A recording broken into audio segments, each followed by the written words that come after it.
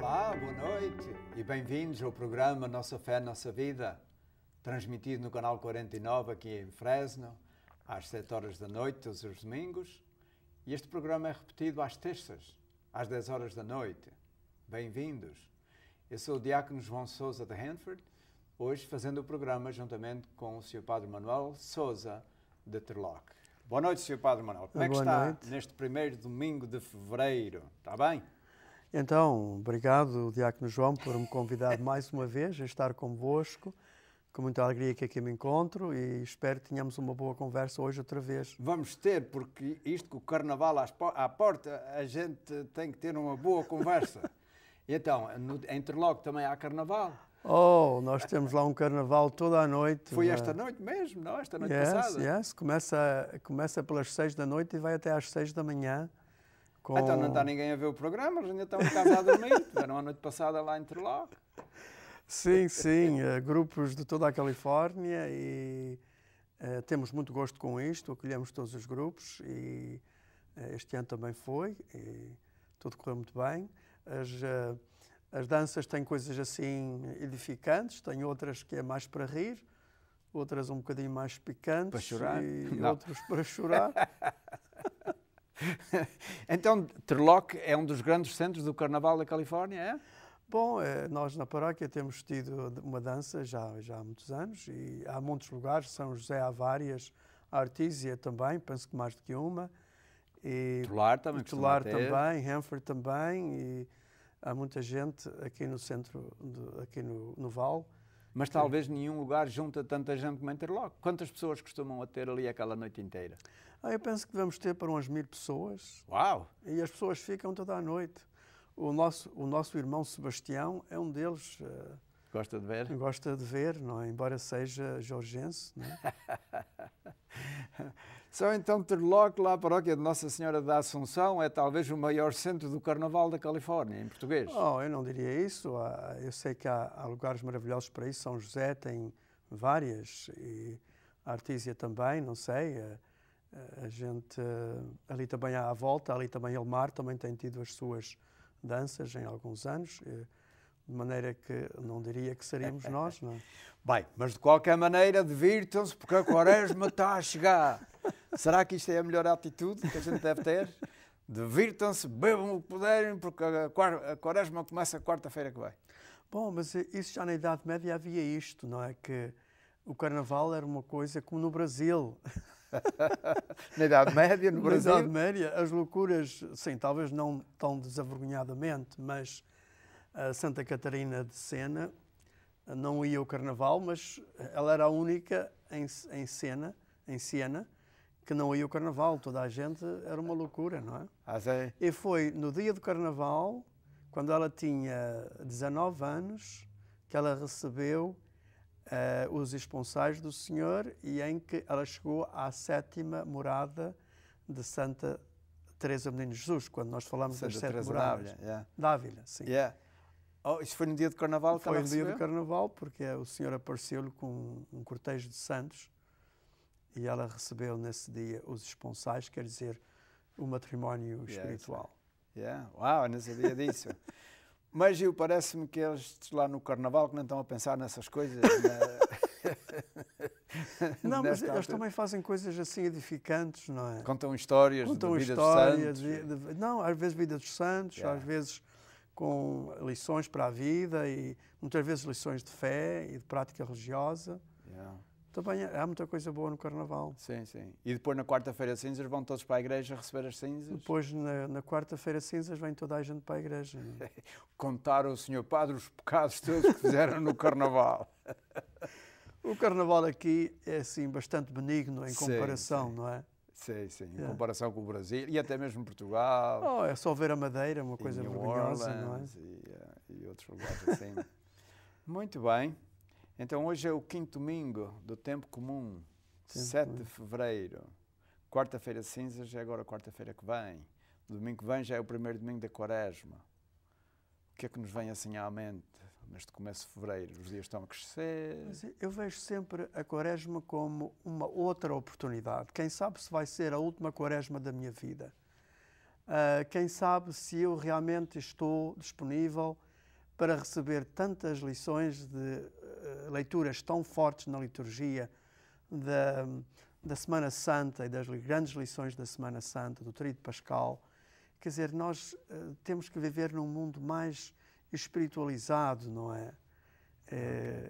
E então a Igreja põe 3 dias para a gente conseguir transitar desta euforia do Carnaval para o primeiro domingo da Quaresma, não é? Temos a quarta-feira de cinzas, agora a quarta-feira, quinta, sexta, sábado e no domingo a gente já deve estar na atitude certa para viver uma boa Quaresma. Porque não há tempo a perder. O Pai do Céu diz a Santa Catarina, no seu diálogo, que o tempo na Terra é uma milésima de segundo em comparação com a eternidade, não é nada. Ele diz que o tempo na Terra é como a ponta de uma agulha. Uau. Ele diz que tanta gente desperdiça o tempo na Terra e depois tem que fazer o purgatório lá, quando o podia ter feito aqui.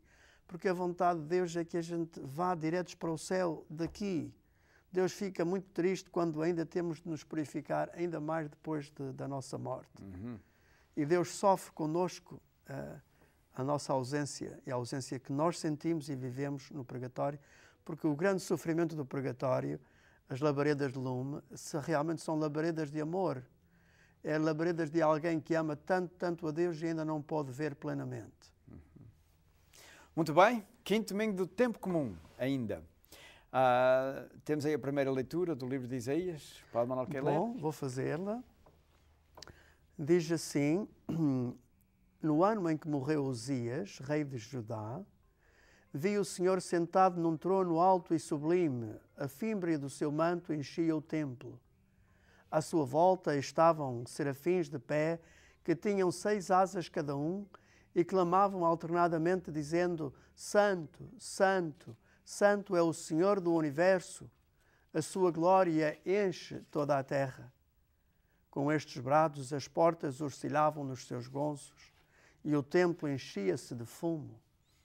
Então exclamei: ai de mim que estou perdido, porque sou um homem de lábios impuros, moro no meio de um povo de lábios impuros, e os meus olhos viram o Rei, Senhor do Universo.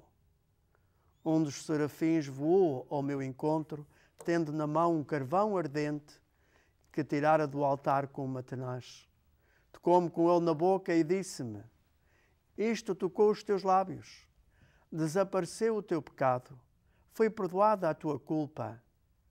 Ouvi então a voz do Senhor que dizia: quem enviarei? Quem irá por nós? E eu respondi: eis-me aqui, podeis enviar-me. Palavra do Senhor. Graças a Deus. Padre Manuel, isto é muito interessante. É uma história muito interessante. Isso é para dizer o mínimo, não é? Só para começar. Isto é só para dar o pontapé de saída. É realmente uma das passagens mais belas de todo o Antigo Testamento, algo extraordinário. O chamamento de Isaías. E até ele deu a data, porque quando morreu o rei Uzias, rei de Judá, ele morreu em 742 a.C. Ele tem a preocupação de localizar quando é que este grande chamamento que marcou a sua vida, deve ter sido uma coisa que o marcou muito, para ele querer situar isto na história e dizer quando é que aconteceu. Santo Afonso Ligório dizia que a conversão de um padre era o maior milagre que poderia acontecer, não é? E o que nós temos aqui, o profeta Isaías era profeta no templo, era sacerdote no templo, quando ele recebe este dom, esta visão extraordinária que havia mudar toda a sua vida. E a conversão de um padre é difícil, eu digo isto por experiência. Como é a conversão de um padre? Eles, quando são padres, já estão convertidos, não é? Que é a conversão de um padre. Mas isso é o primeiro passo. Mas, isso é como o casamento. O casamento, quando se casam, é o começo, aquilo não é o fim. Sim, depois tem sim. Que, depois por aí adiante há que viver uma vida. E o sacerdote, quando é ordenado, aí é que começa, mas começa depois... o princípio da sua conversão, que dura uma vida inteira, e é tão fácil a gente andar na corrida e esquecer-se do essencial, que é a oração, de celebrar os sacramentos, especialmente a Eucaristia, fazendo para os outros e como um show, em vez de fazer a sua própria expressão de amor ao Senhor e vivê-lo intensamente. Tudo coisas que a gente depois vai aprofundando e descobrindo. Yeah. O Isaías, quando teve esta visão e recebeu o chamamento, ele realmente ficou aterrado e aterrorizado. Um chamamento da parte de Deus. E então, sendo assim, de uma maneira um bocado dramática, porque como tinha uma visão, era mais do que ouvir só uma voz. Ele também viu, não se sabe assim como, mas... A majestade de Deus. Não é? Ver isso tudo e sentir-se que está sendo chamado. Eu falo com estes que estão no caminho para ser diáconos, que vão ser ordenados em poucos meses, se Deus quiser, e eles têm esta grande sensação de que não são dignos. Querem porque se sentem chamados, mas ao mesmo tempo, ao considerar e ao contemplar a realidade do que é ser ordenado, quer dizer, é carimbado, Deus põe um selo na alma e diz: eu vou-te mandar em meu nome, a pregar em meu nome, ao meu povo. As pessoas, estes candidatos, ao ver essa missão, assustam-se. E eles às vezes dizem: diácono João, eu não sou digno disto.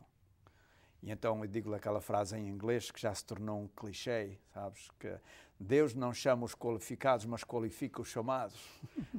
Ninguém é digno disto, de ser incumbido uma missão especial por Deus. Ninguém é digno. Deus, na sua misericórdia, é que se digna chamar e mandar. E é mais ou menos o que vemos aqui. O Isaías fica um bocadinho aterrado com isto tudo, mas Deus anima-o e purifica-o do pecado e manda-o, não é?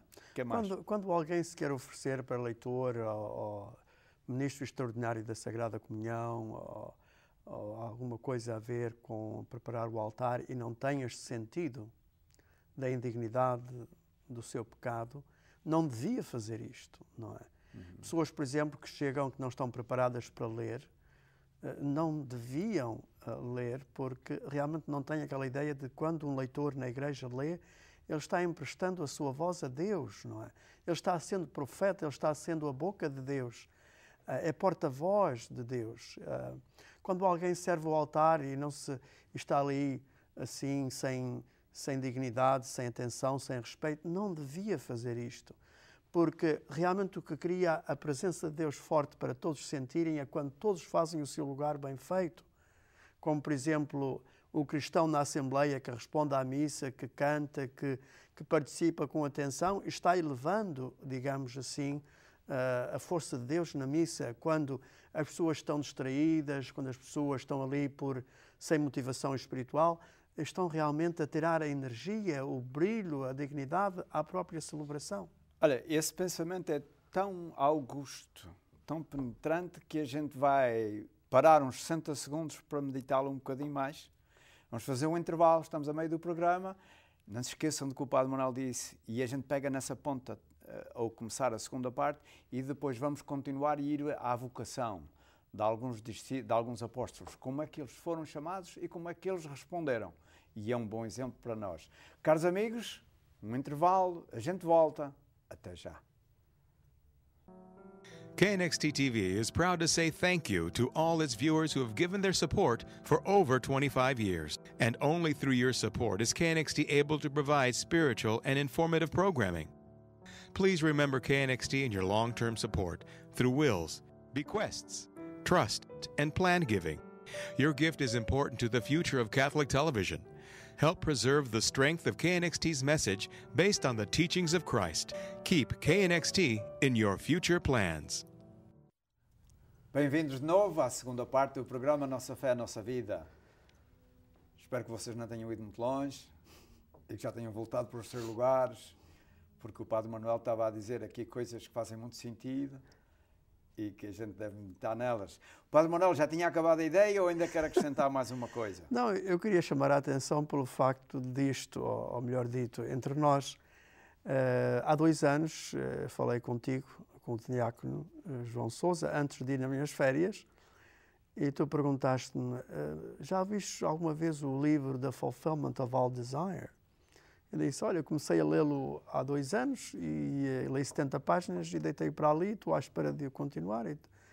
E o diácono João Sousa disse-me, Olha, esse livro é extraordinário. Eu gostava muito que o lesses, porque eu levei comigo, dali a 2 dias, nas minhas férias, passei umas 40 horas com aquele livro, porque aquele livro era tão bom e tão saboroso, que eu lia e rezava, eu lia e chorava. Foi assim um daqueles momentos, assim também, de dom de lágrimas. E eu recordo, num determinado momento, a presença de Deus e a sua grandeza, a sua majestade, a sua imensidão, ao mesmo tempo a sua grande ternura e tantos dons, e eu que não tinha correspondido como devia, eu senti, de um momento para o outro, um grande temor de Deus, não é?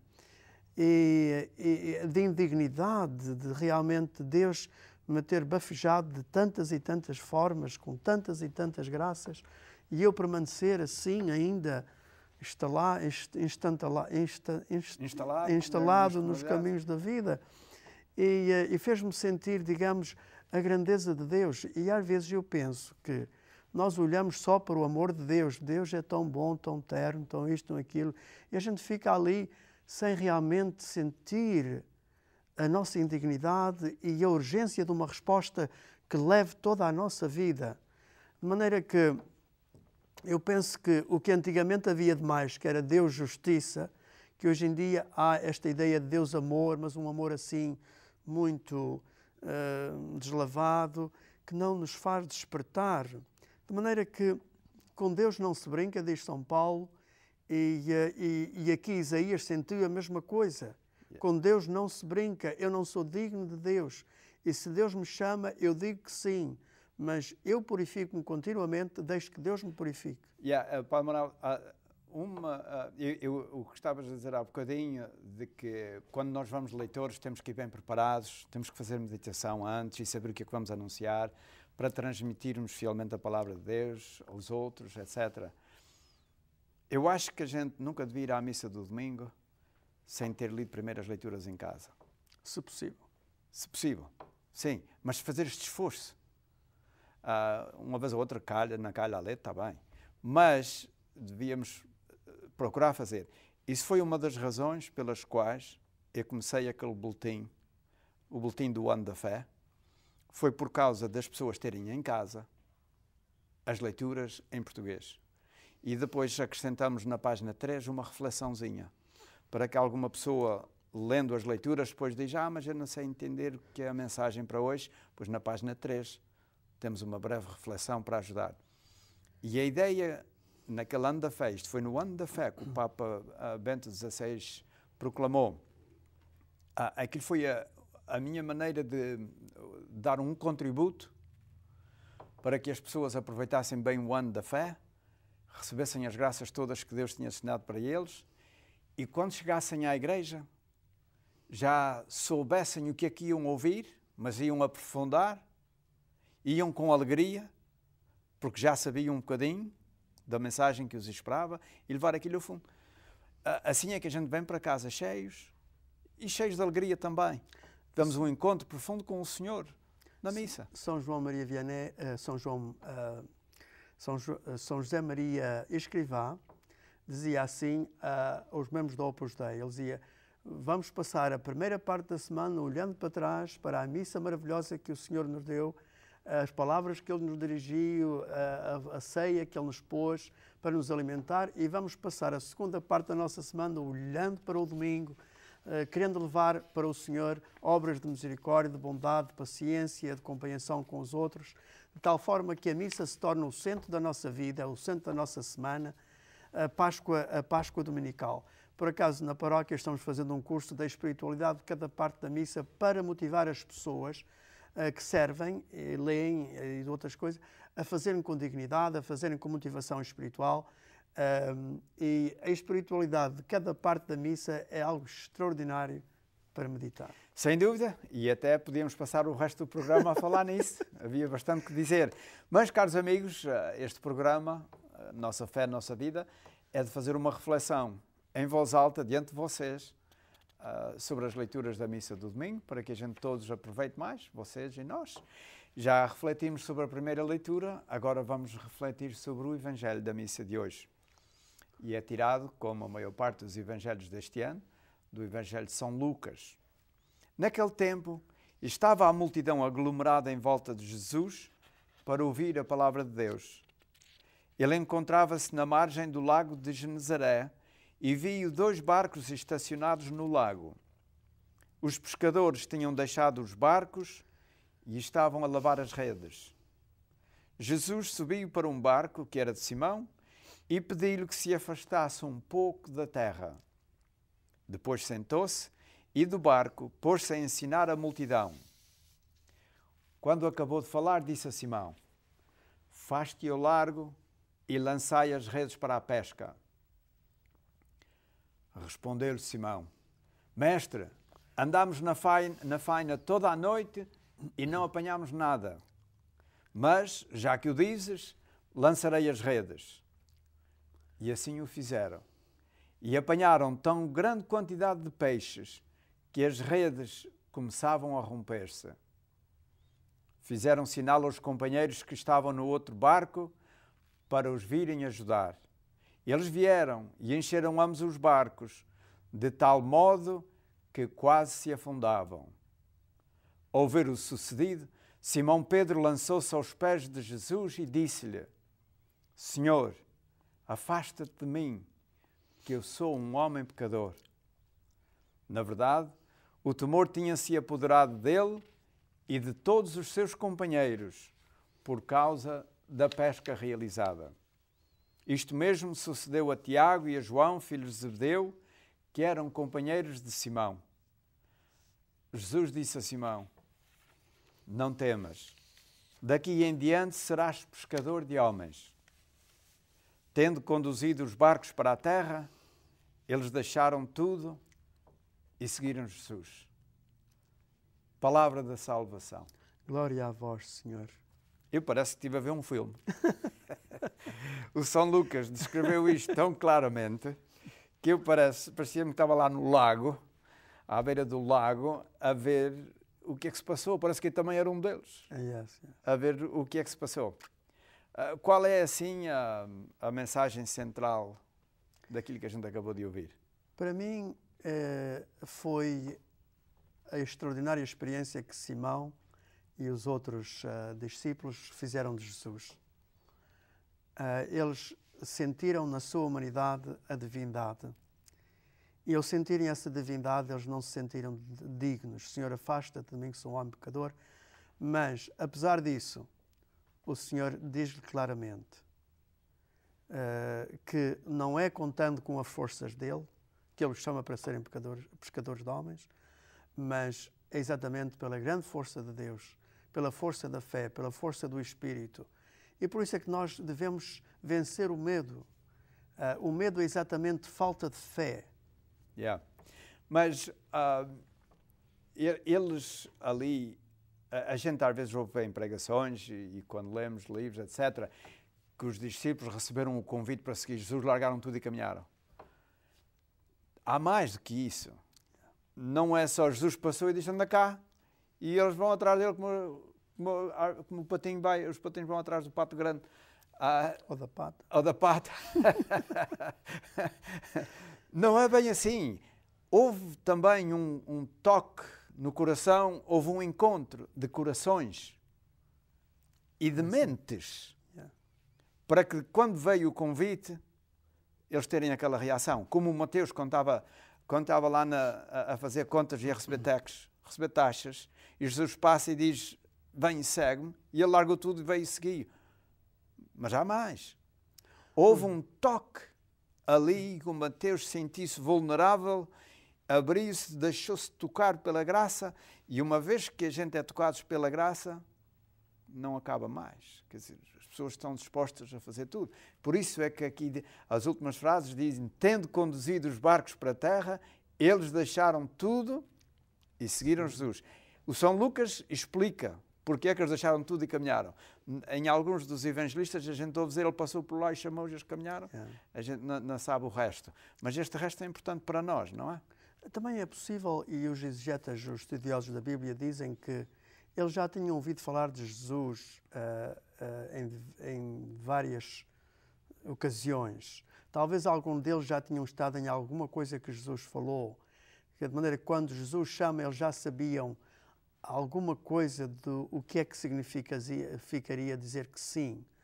Talvez faz mais sentido para nós, porque parece assim uma coisa tão automática de que, ok, Jesus falou, e quando na nossa vida a gente sente que às vezes ouvimos uma pregação que nos falou, ouvimos uma palavra de alguém que disse, um testemunho que deu, e de repente a gente diz, oh, agora já sei, agora estou pronto. Quando é assim, talvez seja mais fácil entender isto. Porque Deus não brinca aos milagres e isto não são coisas mágicas.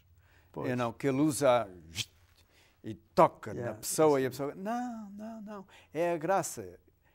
Isto é efeitos da graça.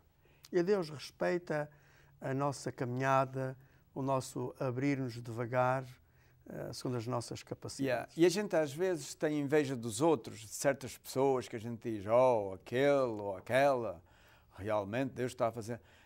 Deus toca em todos. Deus não tem predileção por uma pessoa, oh, eu gosto mais deste do que gosto daquele. Não. Deus pode levar um mais longe e a outro menos longe, mas leva a todos. E leva a todos de acordo com a sua vontade.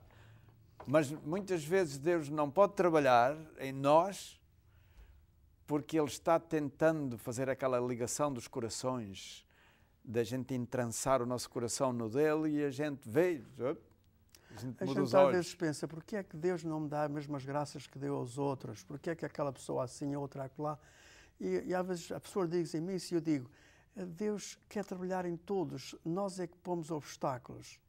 As pessoas, a timidez, o medo, os respeitos humanos, o que é que vão dizer de mim, a gente fica tão apagados desta forma quando Deus tinha algo tão mais para nós. E Deus leva a cada um por caminhos diferentes. Deus não, isto não é uma cópia. Exatamente. Aquele tem isto tudo na vida e agora este tem que ter igual para poder chegar ao mesmo lugar. E quantos santos? Ei, caros amigos, como é que pode ser? 30 minutos passaram e o Padre Manuel tinha mais meia hora para começar agora aqui a contar coisas e não há tempo. Realmente, Jesus, quando nos toca o coração e a gente abre o nosso coração a Ele, Ele chama-nos, Ele traz-nos para junto a si e leva-nos longe no seu amor. Obrigado pela vossa atenção, boa noite e adeus. Boa noite.